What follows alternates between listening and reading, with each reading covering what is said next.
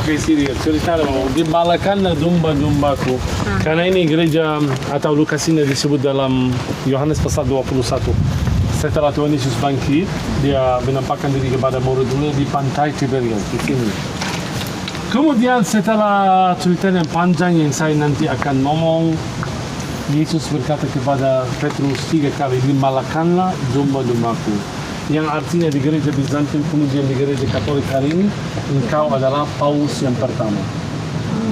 Jadi dari mana title Paus datang? Dari sini. Kalau kamu lihat, ini Petrus yang pertama. Jadi Petrus adalah Paus yang pertama, ini Paus yang terakhir, Franciscus. Berapa Paus ada? 266. Bagaimana aku tahu? Sudah itu. Jadi dari Petrus sampai Franciscus 266 Paus sampai sekarang. Oke, 266 Paus. Nubuatannya sampai berapa? 26. Pertanyaan ini bagus. Aku akan share. Paus ya, Pausnya Vatikan. Nyala buka firman Tuhan. Yohanes 21. Langsung baca. Ayat 1. Yesus menampakkan diri kepada murid-muridnya di pantai Danau Tiberias. Kemudian Yesus menampakkan diri lagi kepada murid-muridnya di pantai Danau Tiberias, dan ia menampakkan diri sebagai berikut. Di pantai itu berkumpul Simon Petrus, Thomas yang disebut Didimus, Nathanael dari Kana yang di Galilea, anak-anak Zebedeus, dan 2 orang muridnya yang lain. Kata Simon Petrus kepada mereka, "Aku pergi menangkap ikan." Kata mereka kepadanya, "Kami pergi juga dengan engkau." Mereka berangkat lalu naik ke perahu, tetapi malam itu mereka tidak menangkap apa-apa. Ketika hari mulai siang, Yesus berdiri di pantai, akan tetapi murid-murid itu tidak tahu bahwa itu adalah Yesus. Kata Yesus kepada mereka, "Hai anak-anak, adakah kamu mempunyai lauk pauk?" Jawab mereka, "Tidak ada." Maka kata Yesus kepada mereka, "Tebarkanlah jalamu di sebelah kanan perahu, maka akan kamu peroleh." Lalu mereka menebarkannya dan mereka tidak dapat menariknya lagi karena banyaknya ikan. Maka murid yang dikasihi Yesus itu berkata kepada Petrus, "Itu Tuhan." Ketika Petrus mendengar bahwa itu adalah Tuhan, maka ia mengenakan pakaiannya sebab ia tidak berpakaian, lalu terjun ke dalam danau. Murid-murid yang lain datang dengan perahu karena mereka tidak jauh dari darat, hanya kira-kira 200 hasta saja, dan mereka menghala jala yang penuh ikan itu. Ketika mereka tiba di darat, mereka melihat api arang dan di atasnya ikan dan roti. Kata Yesus kepada mereka, "Bawalah beberapa ikan yang baru kamu tangkap itu." Simon Petrus naik ke perahu lalu menghala jala itu ke darat. Penuh ikan-ikan besar, 153 ekor banyaknya. Oke, cukup. 153. Kenapa 153 bukan 155? 2 ekornya lompat. Come on. Firman Tuhan bukan sejarah, bukan geografi. Jadi setiap huruf ada. Kenapa 153? Wow, dari mana kamu tahu? Oke, 1, 3, 5. Setiap huruf. Bahwa yang paling penting, 0 tidak ada arti. Banyak nama dengan 0, artinya tidak ada arti. Ini artinya tidak ada arti. 1 sampai 7 itu yang paling penting. 1 itu ani dalam bahasa Ibrani. Ani pasti kamu tahu ani, saya. Firman. Jadi firman itu 1. 2 itu selalu 2 dan 4 itu buat manusia. 2 itu manusia. 3 Elohim. 4 penjuru dunia. 5 kemuliaan atas Israel. 6 iblis kurang sempurna. 7 sempurna. 8 Mesias. 9 datanglah Mesias kedua kalinya. 10 hukum Taurat begini. 11, 12, 14. Selalu seperti bahwa kita belajar di Bethlehem. Angkanya Bethlehem dalam firman Tuhan 14. Besok kita ke gereja kelahiran. Saya tidak tahu kalau di acara kita ada gereja kelahiran, tapi kalau kita ke sana akan lihat bintang kelahiran 14 sisi. Karena di Matius ada 14 generasi. Tapi kenapa 14? Jadi 1, 4 artinya apa? Firman sampai ujung-ujung ini. Kita belajar di buku Wahyu 144. Ribu yang dimateraikan. 144 ribu yang dimateraikan. Ini maksudnya apa? So, ada arti juga. dan 153 ada arti. Satu itu ani firman, 5 Israel dan 3 Elohim. Jadi 153 dalam bahasa Ibrani artinya ani Elohim Israel. Jadi Yesus menampakkan diri di sini sebagai Elohim Israel. Mari kita lihat kalau itu benar atau tidak. Setiap tempat ada sejarah firman Tuhan, ada sejarah fisik. By the way, 200 hasta itu lihat ada pilar di dalam air,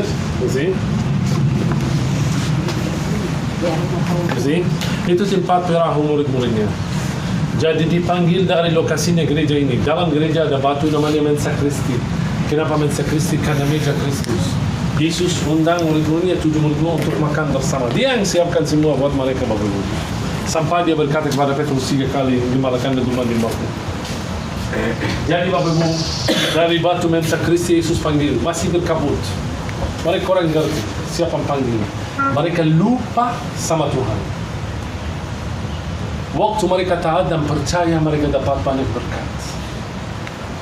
Jadi jangan lupa sama Tuhan. Bapak Ibu, 153. Saya tidak ada banyak waktu di sini, cuman saya mau share sesuatu amazing buat kamu. 2008 ada kuliah di sana namanya University of Haifa. Biasa kalau kamu cari Google Abuni, di Google selalu tertulis di dalam Danau Galilea ada 27 ikan besar. Sebesaran seperti ikan Petrus, ini maksudnya yang besar. Jadi ada ikan lili, ada ikan lovrak, ada ikan Denis, ada ikan Petrus. So 27 ikannya. 2008 Israel katakan, kami sekarang punya teknologi. Jadi kami mau cari tahu, karena Indonesia tanah air, pasti kamu mengerti maksud saya. Di dalam air ada banyak binatang kecil ini. Ini biasa tidak terhitung dengan ikan, tapi terhitung dengan jenis makhluk. Jadi Bapak Ibu, 1 bulan mereka kerja di sini, mereka cari airnya di luar, di dalam, sekitarnya, sampai mereka ketemu. Report ini terbit 2008. Mereka katakan, benar, di dalam Danau Galilea ada 27 ikan besar. Sebelum aku sebut berapa jenis ikan semua, saya mau kasih ingat, University of Haifa adalah universitas Yahudi, bukan Kristen. Maksudnya mereka kurang percaya kepada Yohanes. Ini bukan kitab mereka. Jangan lupa Yahudi, mereka percaya sampai Maliaki, perjanjian lama. Perjanjian baru itu buat kamu, tapi perjanjian lama itu buat Yahudi. Jadi ini Yahudi juga sekular. Mereka katakan 27 ikan besar, tapi sejumlah jenis makhluk Danau Galilea adalah 153. Baru mereka ketemu tahun 2008. Waktu itu banyak orang Yahudi yang lain komplain, kamu bela Kristen, kenapa kamu bilang begitu? Kami senang sekali, kenapa? Karena buat saya yang selalu saya baca 153 dan saya belajar artinya ani Elohim Israel. Tapi hari ini bukan cuma ada firman Tuhan, buktinya dalam firman Tuhan, ada buktinya dalam sejarah fisik. 153 jenis. Saya mau tanya kamu, bagaimana Yohanes bisa tahu 2000 tahun yang lalu? Satu kali saya di gereja, saya share cerita ini, ada satu tamu muslim dia angkat tangan. Tapi Mr. Ramzi, kamu belum katakan Yohanes adalah nelayan. Dia katakan begitu. Aku bilang, ya betul. Yohanes adalah nelayan. Tapi nelayan yang sangat sederhana. Dia tidak punya teknologi yang kita punya hari ini. Tidak mungkin Yohanes sendiri dia renang dan mulai hitung satu persatu. Ini pasti kita pakai teknologi untuk mengerti sejumlah ikan Danau Galilea berapa. Puji Tuhan, hari ini dibuktikan juga. Ikan Danau Galilea adalah 153 jenis. Tahu kenapa? Bukan hanya pohon zaitun yang ditabrak yang bersaksi. Ikan Danau Galilea. Mau katakan Yesus adalah Elohim. Yesus adalah Elohim Israel. Amin. So, jadi Bapak luar biasa, jangan lupa masuk gereja ini. Gematria ini sangat penting Bapak. By the way, karena kamu tahu huruf, harus belajar sedikit dengan gematria. Dulu kalau kamu mau belajar gematria, kamu harus ke Israel. Sekarang kamu bisa belajar online. Tidak usah kamu cari saya atau cari. Cuman ada, seperti Google, ada program gematrix.org. Setiap nama harus ada arti. Dan dari artinya kita bisa ngerti hidupnya. Kasih ingat satu raja di Israel, nama satu raja. Daud. Raja Daud. Raja Daud dari Rut dan Boaz. Kalau saya belajar tentang Rut menikah dengan Boaz, jadi Rut harus ada angka 8 karena dari Rut datang Mesias. Jadi ada Elohim dalam Yesod. Jadi Rut adalah 338 atau 383. Begini kita hitung. Daud harus ada angka 7. David harus ada angka 7. By the way, ada yang punya Google ini? Punya Google? Enggak punya Signal maksud saya sih. Coba. Tulis di Google gematrix.org. Kita hitung bersama. Gematrix.org.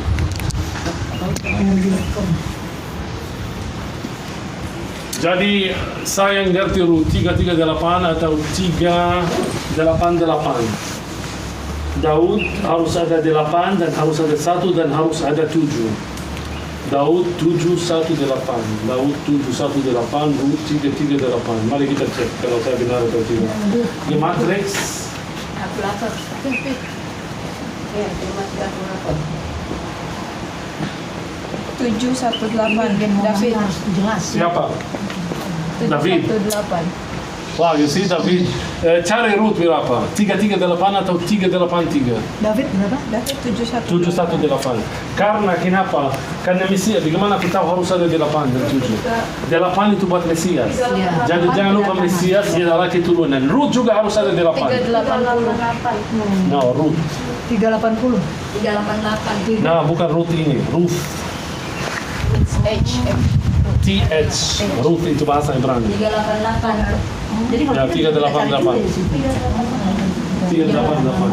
Karena 8 itu, Bapak Ibu, ingat begini Bapak Ibu. Ini punya siapa? Gematrix.org. Kalau saya belajar tentang Rut, Rut adalah alasan untuk datangnya Mesias. Betul? So, jadi harus ada angka 8. Juga David. Sama. Kalau Raja Salomo harus ada angka 9, 1 dan ada 0 dalamnya. Begini Bapak kita hitung. Maksudnya ini ilmu. Ini bukan cuma ilmu yang tidak ada arti.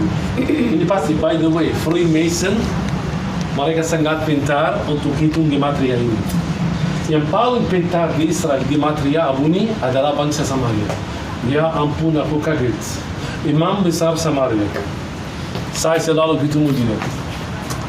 Saya tanya dia, tahun depan Idul Fitri jatuh tanggal berapa?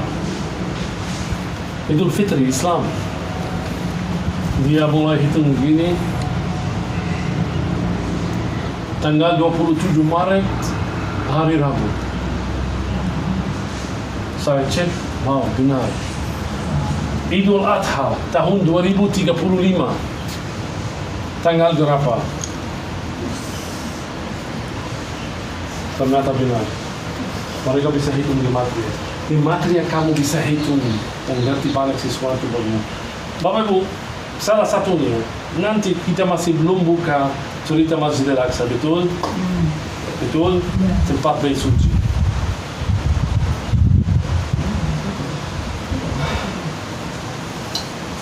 Baca Wahyu pasal 7 ayat 4.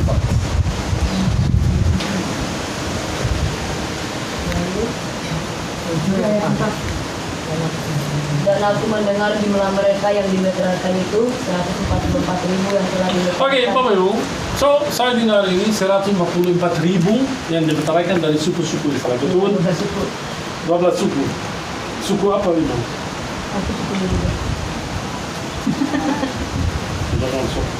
Suku apa itu? Suku Yehuda. Kalau orang Islam tidak tahu suku apa, bagaimana kamu tahu? Orang Batak, aku suku Yehuda. Ah, ya ampun. Orang Batak selalu pintar begitu.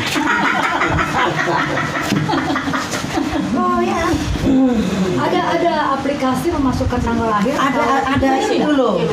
Nah, begini Bapak Ibu, aku belum cek itu DNA diambil dari lidah. Nah, ini kami bisa cek. dari lidah. Ini bukan otentik 100%, tapi hampir oke, kamu bisa ngerti aslinya dari suku apa.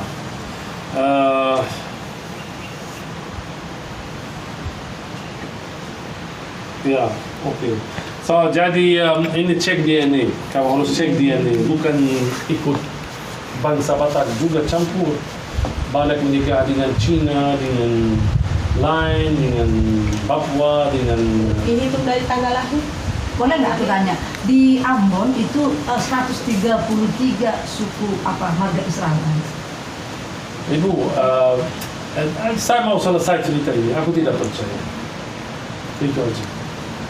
Karena susah untuk membuktikan Tapi mereka ada.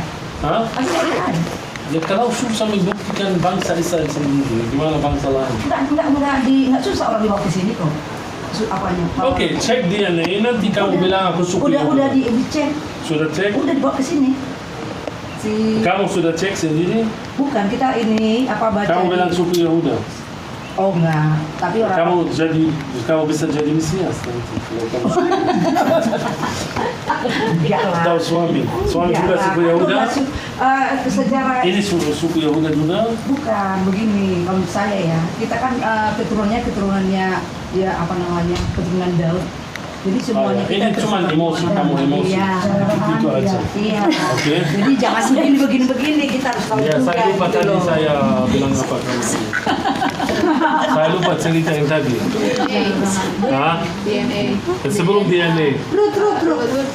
Dia masih Harus ada angka 5. Nah, sebelum Kalau atau setelah Ruth. 144.000 mata. 144 ya kamu. Ya. 140. Kenapa 144? Yang dibetarakan dari suku-suku Israel. Iya. Salah satunya, ini saya bisa menjelaskan banyak. Nanti saya akan buka rahasia 144. Tapi satu aja untuk gerti firman Tuhan itu hanya yang paling otentik. Semua kitab yang lain palsu. Hanya firman Tuhan yang asli. Bapak Bu, yang dibetarakan kapan? Sekarang kita menunggu bait suci didirikan kembali, betul? Iya. Di atas bait suci ada apa sekarang? Kita Al-Aqsa. Berapa? Saya mau tanya, ukuran Masjidil Aqsa berapa? Cek Google, jangan percaya saya. Cek Google, tulis di Google ukuran Masjidil Aqsa by meters. Berapa meter? Bukan berapa kilo, berapa meter. How many meters of Masjidil Aqsa?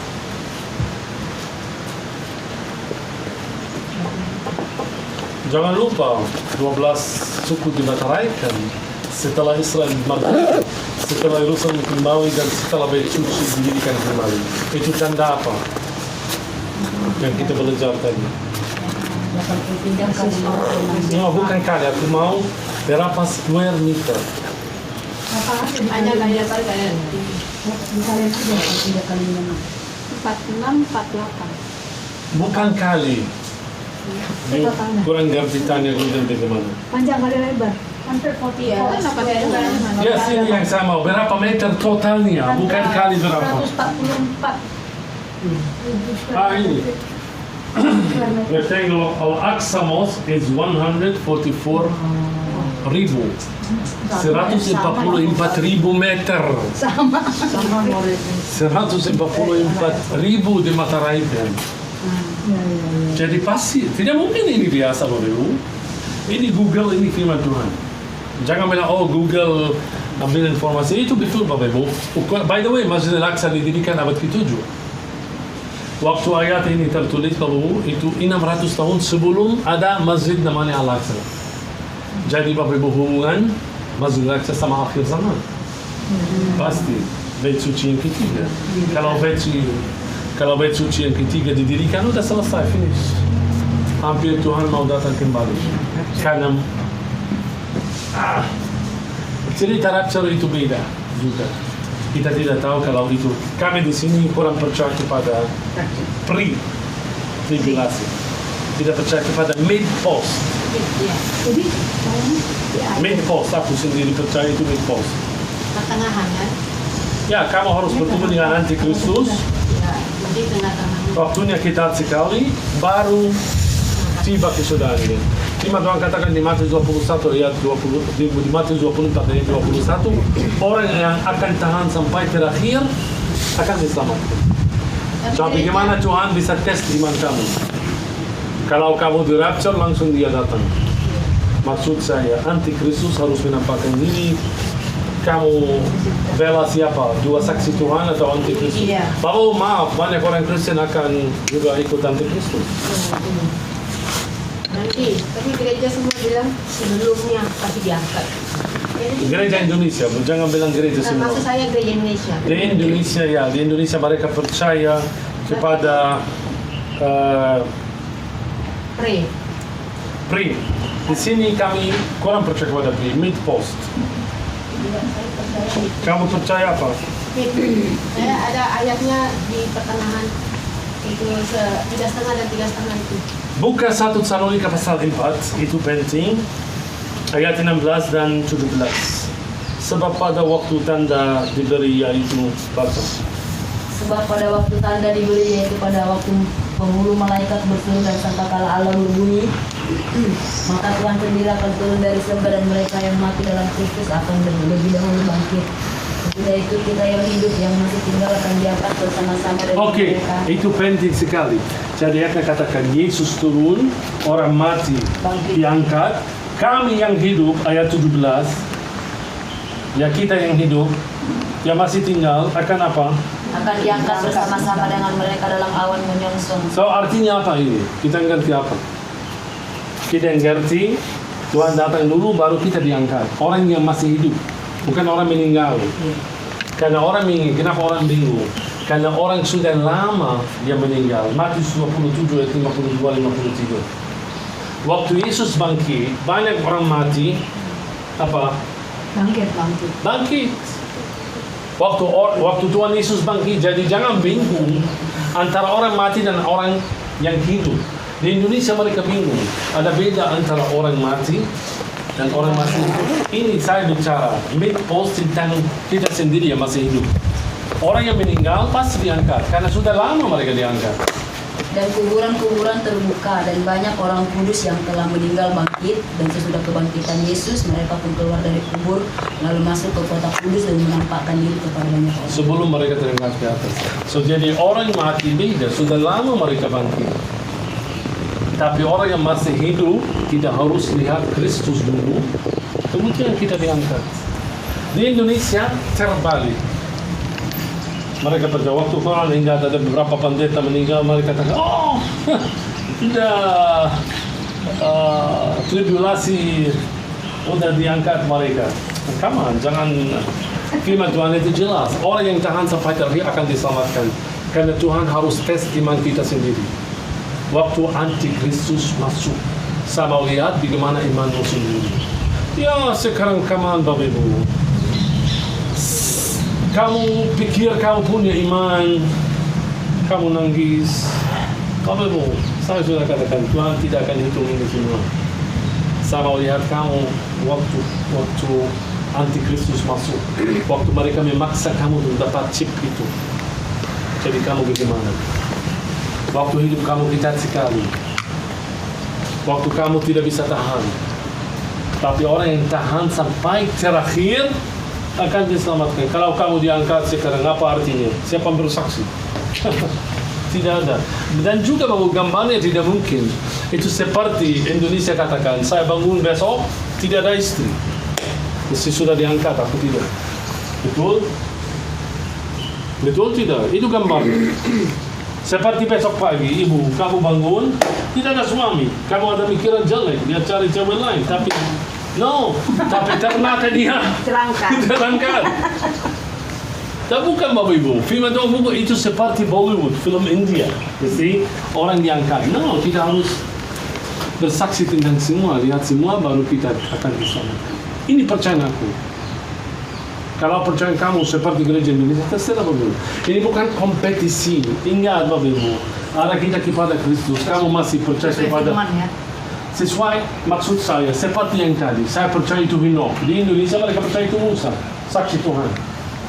Tidak jelas dan tidak penting. Kalau itu Musa atau Henokh, I don't care. Tidak penting Bapak Ibu. Yang penting arah Kristus. So, it's not a competition between us. Itu mid post atau free. Gereja saya percaya kepada mid post, kamu percaya kepada free. Terserah begini. it's okay. Kalau kamu percaya mitos, mungkin ini percaya kepada peri. Tak perlu diperdebatkan. So, kita tidak usah bingung terus tentang itu. Karena itu bukan sesuatu yang sangat penting. Yang penting Kristus akan datang dan kita akan diangkat. Amin.